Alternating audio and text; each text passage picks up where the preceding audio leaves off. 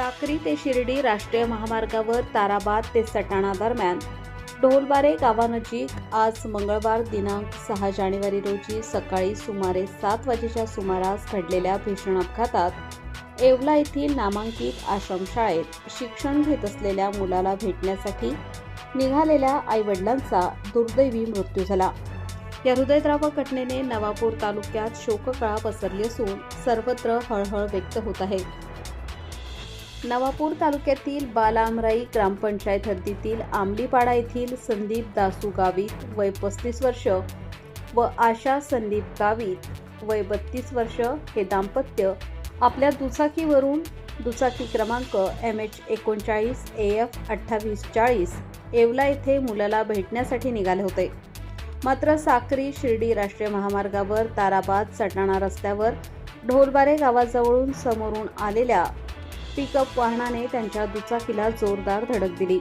धडक इतकी भीषण होती की या अपघातात दोघांचाही जागीच मृत्यू झाला। अपघाताची माहिती मिळताच सटाणा पोलीस ठाण्याचे अधिकारी व कर्मचारी तातडीने घटनास्थळी दाखल झाले। अपघातग्रस्तांना तात्काळ रुग्णालयात दाखल करण्यात आले। मात्र वैद्यकीय अधिकाऱ्यांनी दोघांनाही मृत घोषित केले। या अपघातामुळे एका निष्पाप कुटुंबावर दुःखाचा डोंगर कोसळला आहे।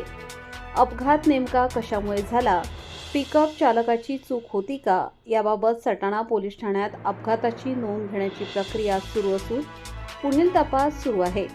या घटनेतील दोषींवर कठोर कायदेशीर कारवाई करून पीडित कुटुंबाला योग्य न्याय मिळावा अशी मागणी नागरिकांकडून होत आहे। या दुर्दैवी घटनेची माहिती आंबलीपाडा येथील नातेवाईकांना मिळताच त्यांनी एकच आक्रोश केला। संदीप गावित हे विसरवाडी येथील महापारेषण 132 KV केंद्रावर सुरक्षा रक्षक म्हणून कार्यरत होते। त्यांच्या पश्चात आई, वडील, एक मुलगा व एक मुलगी असा परिवार आहे।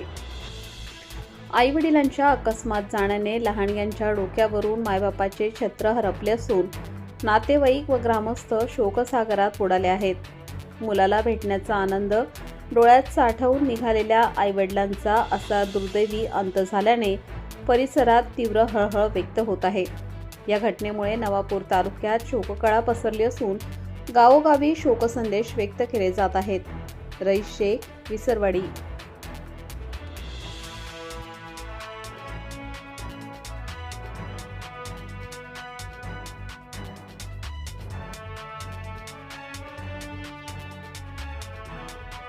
ताज्या व महत्त्वाच्या बातम्या बघण्यासाठी प्ले स्टोअरवर जा, प्रबलभूमी ॲप डाउनलोड करा व या धावपळीच्या जीवनात अपडेट राहा।